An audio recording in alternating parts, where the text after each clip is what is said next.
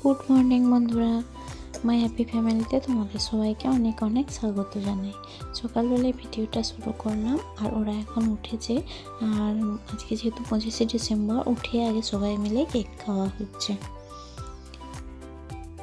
একদম তার পরের দিন থেকে আবার ভিডিওটা শুরু করছি, কারণ সেই দিন আর কন্টিনিউ ভিডিওটা করতে পারিনি, অন্য কাজে ব্যস্ত ছিলাম, তো সেই জন্যই।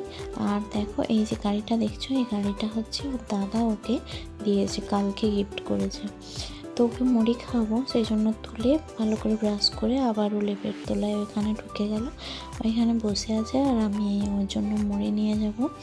আর মুড়ি সকালবেলাটা দু গালি হোক চার গালি হোক মুড়িটা খাইয়ে দিলে ভালো। ও তো কোনো কিছু লিকুইড খাবার খেতে চায় না। পিডিয়াশিওরটা একটু যখন খাওয়াতাম, আমাকে যে কত কাণ্ড করে করে খাওয়াতে হতো, তাও অর্ধেক দিন বমি করে তুলে দিত।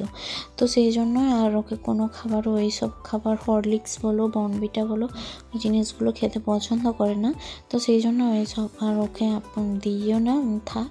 যে ওটা ওর মনে হয় যেন মানে কোনো জিনিসটা যদি ও তৃপ্তি করে খায়, সেটা দেখলেই বোঝা যায় যে ও ভাত মুড়িটা ছাড়া আর কোনো কিছুই সেইভাবে ভালোভাবে খেতে চায় না।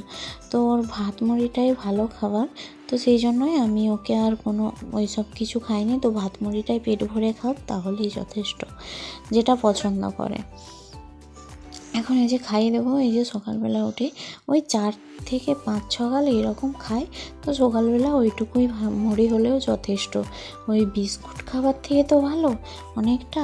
আর যদি হরলিক্স কমপ্ল্যান খেত তাহলেও না হয় ঠিক ছিল, কিন্তু সেটা যখন খাবেই নি, তো ঠিক আছে, চলো যেটা পছন্দ করে ছেলে সেটাই খাক। তো উঠেই বলবে আমাকে জল দিয়ে হয় বিস্কুট দাও, নাহলে মুড়ি দাও।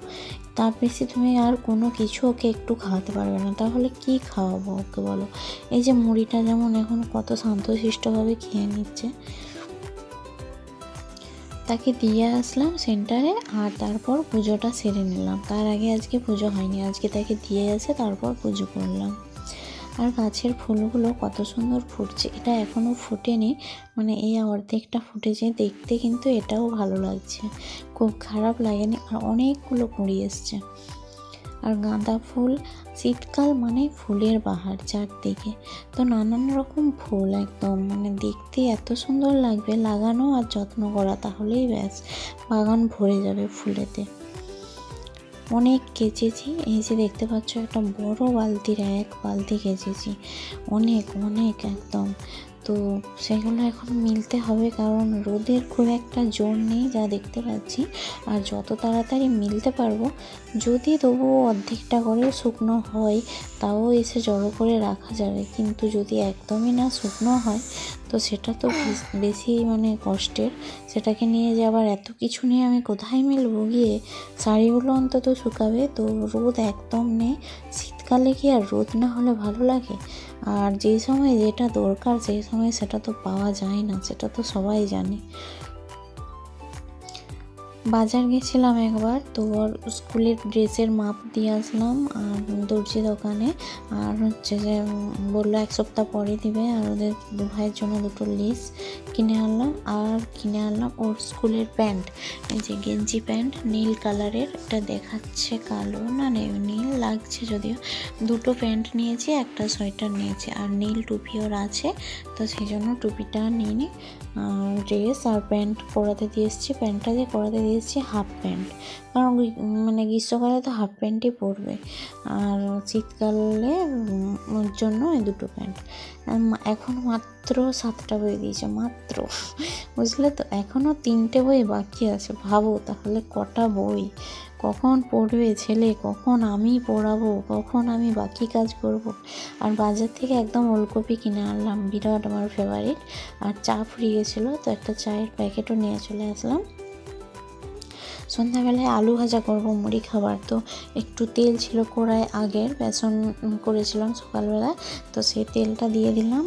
আর কাঁচা লঙ্কা দেবো ফোড়নে, জিরেটা ফুরিয়ে গেছে, গোটা জিরে দোকানে ঢুকলাম, কিন্তু তাও আমার মনে হলো না নিতে। আর কাঁচা লঙ্কা ফোড়নে দেবো, কাঁচা লঙ্কাটা, কারণ শুকনো লঙ্কা খাওয়া একদমই ছেড়ে দিয়েছি, আর যতটা পারছি অ্যাভয়েড করছি। জিনিসটা তো কারোরই খাওয়া ভালো নয়, কী আর হবে, আর খেতে খেতে ঠিক অভ্যাস হয়ে যাবে, হয়েও গেছে, বুঝলে তো।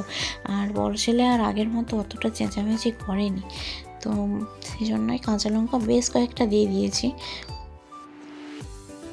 গোটা জিরেটা থাকলে ভালো হতো, কারণ গোটা জিরে যে কোনো ভাজায় ফোড়ঙে দিলে ভীষণ ভালো লাগে। আর ছেলে আমাকে ডাকছে, আমাকে ওর সাথে নাকি র্যাকেট খেলতে হবে, জানো তো। যেই বলেছি যাচ্ছি পড়াতে বসাবো, সেই পালিয়ে গেছে পিড়পিড়িয়ে। এখন সব আলু ভাজা করে মানে কিছুটা ছেড়ে রুটিটা পরে করব, তো এসেছি ছেলের বইগুলো মলাট করতে। তো মলাটটা ছেড়ে রাখি, আর মানে যতগুলো এসছে এখন ততগুলোই আপাতত ছেড়ে রাখি। টিঙ্কু করছিল, একটা দুটো করেছে, দিয়ে তার অত ধৈর্য নাই, সে পালিয়ে গেছে উঠে। আমারও নাই, তবু আমাকে করতে হচ্ছে জোর করে। ধৈর্য জিনিসটা দারুণ জিনিস একটা, সত্যি। মানে যে রাখতে পারবে তার কিছু তো সাফল্য থাকবেই। মলাট করে আর নেম প্লেটগুলো কিনে আনতে বলেছিলাম, কিনে এনেছে, তো সেগুলো এখন আমি চিঠিয়ে দিচ্ছি। আর বলেই দিয়েছেন ম্যাডামরা যে ভালো করে মলাট করে তাতে নেম প্লেট দিয়ে একদম নাম লিখে দিতে। তো সেই জন্য একেবারে কাজ সেরে রাখছি। আর এই নেম প্লেটগুলো খুব বাজে, আমি টিঙ্কুকে তাই বলছি কাগজের নিয়ে আসবি। নাম লেখা যায়নি, মানে কলমটা সরছেই নি ওর উপরে, তেলে ভাব একটা। তো এই যে মলাটটা সেরে নিয়েছি, সবগুলোই মোটামুটি 7টা বই করে নিয়েছি, এখন নামগুলো লিখে দিচ্ছি।